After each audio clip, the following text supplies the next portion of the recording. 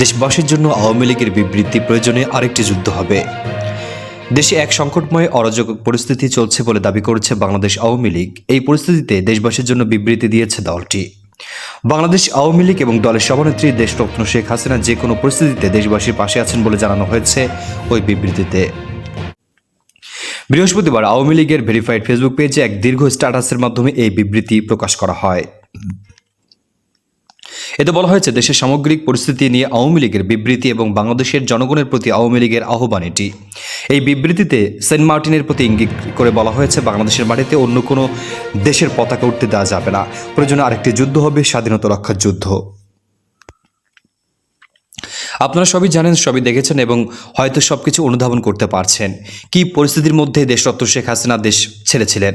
ষড়যন্ত্রকারীরা আরও লাশ চেয়েছিল, তিনি চাননি আর কোনো বাবার মায়ের বুক খালি হোক। তাই সময়ের প্রয়োজনে এই সামরিক পদক্ষেপ নিয়েছেন। আপনারা দেখেছেন, মহামান্য আদালতের রায় শিক্ষার্থীদের সব দাবি পক্ষে গিয়েছে।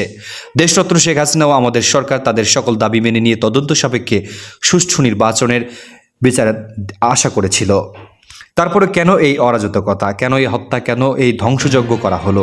কারণ এর পিছনে ছিল ক্ষমতার দখলের দেশীয় ও আন্তর্জাতিক এক ষড়যন্ত্র। আপনারা দেখেছেন, 16 জুলাই থেকে ছাত্রদের আন্দোলনকে হাইজ্যাক করে কিভাবে দেশের রাজনৈতিক অপশক্তি ও বিদেশি এজেন্টরা কিভাবে হত্যা ও অগ্নিসংযোগ শুরু করেছিল।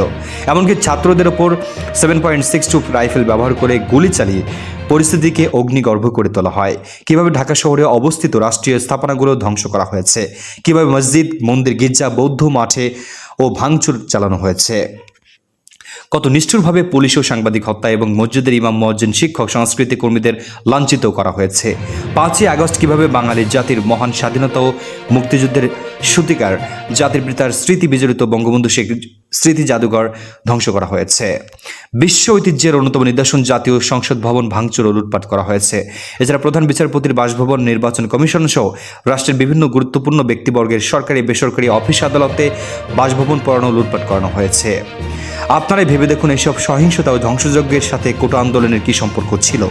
যে পুলিশ বাহিনী পরিস্থিতি নিয়ন্ত্রণে ভূমিকা রাখে, পরিকল্পিতভাবে কিভাবে তাদেরকে নির্বিচারে হত্যা করা হয়েছে এবং 450টি থানা অস্ত্রাগার লুট করা হয়েছে। নিষ্ঠুরভাবে একজন অন্তঃসত্ত্বা মহিলা পুলিশ অফিসারকে পুড়িয়ে মারা হয়েছে।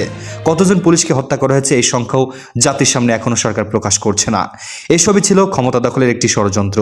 তখন সরকার আরও কঠোর হলে হয়তো লাশ পড়তো, আরও অনেক বাবা মায়ের বুক খালি হতো। তাই মানুষের জানমাল রক্ষায় দেশরত্ন শেখ হাসিনা এই পদক্ষেপ নিয়েছিলেন। সম্প্রতি ডক্টর ইউনূসের ইতিহাসে রিসেট বাটন দিয়ে দেশের ইতিহাস মুছে ফেলার কথা বলেছেন, যা খুবই আপত্তিজনক এবং নিন্দনীয়। তিনি বাংলাদেশের ইতিহাস মুছে ফেলার জন্য যতই রিসেট দেন না কেন, দেশের মৌলিক অস্তিত্বের ইতিহাসগুলো মোছার ক্ষমতা ওনার নাই। মুছতে পারলে তো বাংলাদেশই থাকবে না।